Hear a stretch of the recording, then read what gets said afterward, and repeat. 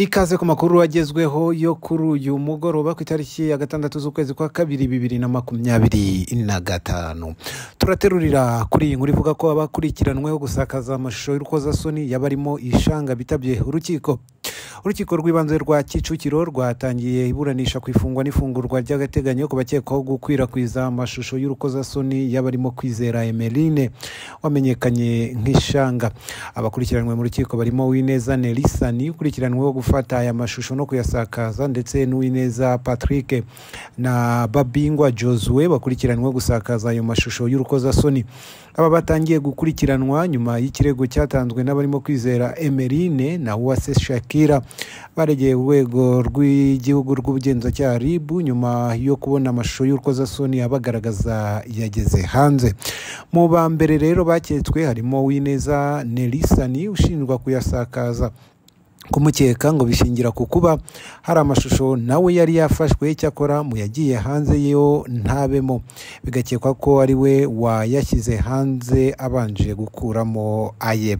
Ubwo bageraga imbere y'urukiko, umushinjacyaha yavuze ko Babingwa Josue akurikiranwe gusakaza amashusho y'urukozasoni muri groupe ya WhatsApp yitwa Rich Gang.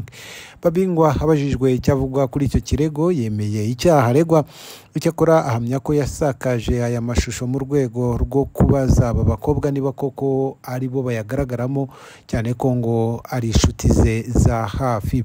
Uyu musore yavuze ko ari we wagiriye ishanga inama yo kujya gutanga ikirego kuri RIB, ndetse ko yahise asiba ayo mashusho muri telefone ye nk'uko byemejwe n'umwunganizi we mu mategeko.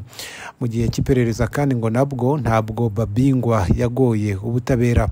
Hagati abo ababyeyi b'uyu musore bari bitabiriye uru rubanza aho bari mu rukiko, ndetse bemereye kumwitangira bamutangaho ingwate ya miliyoni 50 z'amafaranga y'u Rwanda. Kuri Uwineza Nelisani, uyu mukobwa yahakanye ibyo ashinjwa. Yavuze ko mu mashusho yagiye hanze ayo yari afite muri telefone ye aramwe gusa, kandi nayo Uwase Shakira uyagaragaramo ngo yari ayafite, bityo ari nawe ngo wayashyize hanze.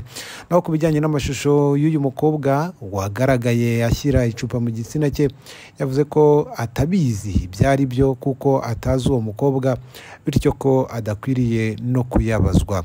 Uwunganira uyu mukobwa yasabye urukiko kutazashingira ku kirego cy'abareze umukiriya we kuko mu nyandiko yabo batamushinjaga, ahubwo bamukekaga gusa. Yanavuze ko amashusho Uwineza yari afite atari we wari wayafashe, ahubwo we nawe yayahawe n'inshuti ye yitwa Etienne Niyonteze ku ya 26 Ugushyingo 2024. Uyu mukobwa nawe afite umwishingizi. Undi waburanye n'Uwineza Patrick wemeye ibyaha ashinjwa, icyakora akavuga ko atabikoze azi byari byo.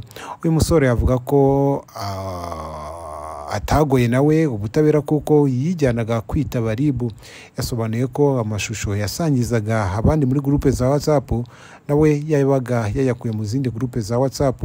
Yatakambiye urukiko arusaba kuburana adafunze kuko atagoye ubutabera. Ibyo ahurizaho n'umwunganizi we wanavuze ko ababyeyi be bemeye kumwishingira. Aba babyeyi bakaba bari bitabiriye iburanisha ryo kuri uyu munsi. Nyuma yo kumva impande zombi, umucamanza yavuze ko uru rubanza ruzasomwa ku ya 11 Gashyantare 2025.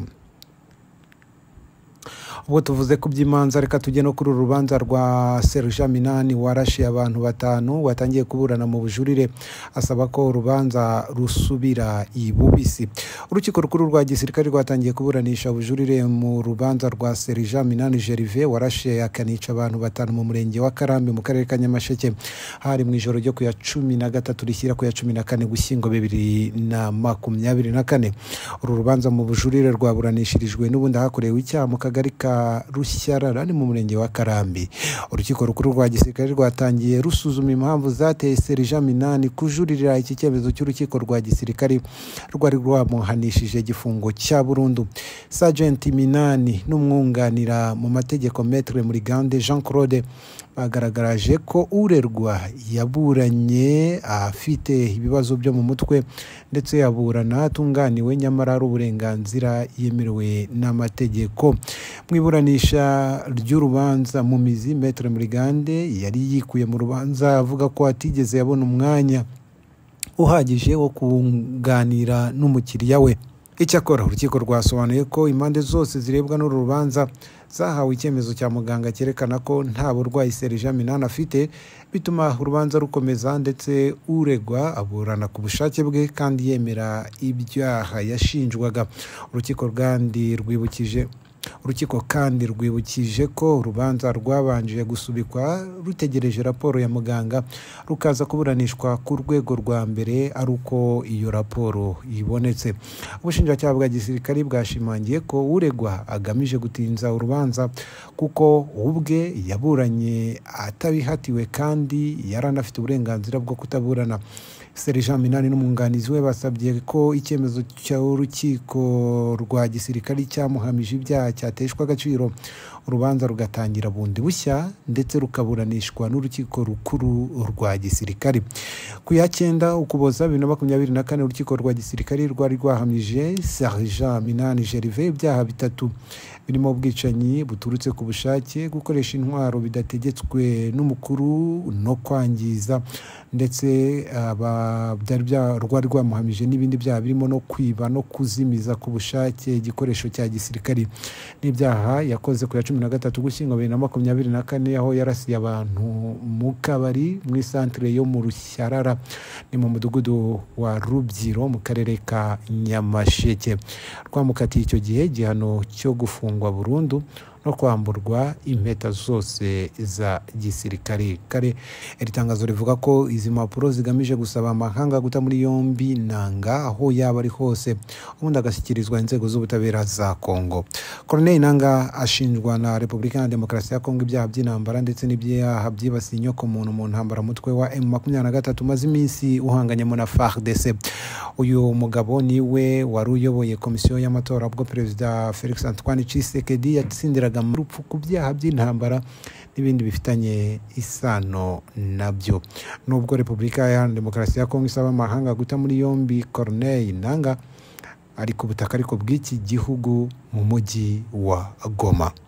Dukomereze muri Uganda. Abadepite bahagarariye UPDF basabwe kutambara impuzankano ya gisirikare bari mu nteko ishinga amategeko.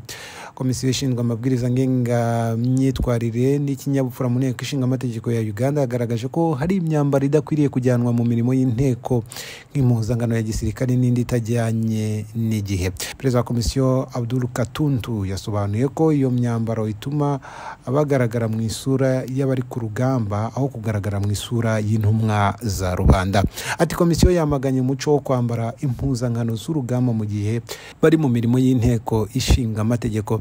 Depite Aisha Kabanda we yavuze ko imyambaro ya gisirikare ikwiriye kuvanwa mu byo abadepite bambara kuko yatuma uyambaye afata ibyemezo bibogamye kubera amabwiriza y'imiyoborere mu bya gisirikare. Ati imyambaro ya gisirikare igaragara nk'iteye ubwoba kuko abantu benshi bayihuza n'ibikorwa n'abayambaye. Iyi myambaro ntabwo ituma abantu bisanzura mu nteko ishinga amategeko. Abadepite bagaragaje ko imyambaro yo ikwiriye ku bagabo ari ikoti, ishati na kravate, mu gihe ku bagore bemeranyijwe ko bagomba kwambara bakikwiza kandi imyambaro myiza. Duhinire muri Leta Zunze Ubumwe za Amerika. Umuyobozi w'ishyaka rya Ultra Orthodox Shaks Party Aryeh Deri ryo muri Israel yavuze ko ibyo Perezida wa Leta Zunze Ubumwe za Amerika Donald Trump aherutse gutangaza by'uko ashaka gufata Gaza ndetse abayituyemo akabimura agomba kubyubahirwa nk'intumwa y'Imana irengera Abayahudi. Icyo gitekerezo Trump yagitanze ku itariki ya 4 Mutarama 2025 ubwo yari mu kiganiro n'abanyamakuru aho yari yakiriye Minisitiri w'Intebe wa Israel Benjamin Netanyahu muri White House. Icyo gihe Donald Trump yanavuze ko Amerika ishaka gufata Gaza ubu yabaye umuyonga kubera intambara, ikongera kuyubaka bundi bushya ku buryo hazaba ahantu nyaburanga abantu baturutse hirya no hino ku isi bazaza bajya gutemberera ndetse bakanahishimira. Ibi rero byakiriwe neza na bamwe mu banyepolitike bo muri Israel barimo na Aryeh Deri aho yashimagije cyane Donald Trump atumeze nk'intumwa y'Imana yatumwe ku baturage b'abayahudi ndetse no kuba waratsinze amatora nuko warwaniye abaturage bo muri Isiraheli ukabafasha kurwanya abanzi bayo. Netanyahu we yavuze ko abona icyifuzo cya mugenzi we gishobora guhindura amateka y'isi ndetse ko ari byiza ko kinakwiriye no gushyigikirwa. Icyakora ibihugu byinshi byiganjemo by'Abarabu nka Arabia Saudite, Misiri na Jordania byose byamaganiye kure iki cyifuzo, aho bavuga ko Gaza ikwiriye kuvugururwa na Isiraheli na Palestina ndetse bigakorwa abaturage batimuwe ku butaka bwabo. Nadusoje amakuru twabateguriye yo kuri uyu mugoroba. Niba turakanda subscribe nako kamenyetso k'umutuku kanditseho subscribe, hanyuma amakuru akajya kugeraho buri kanya yisukiranya. Ndagushimiye.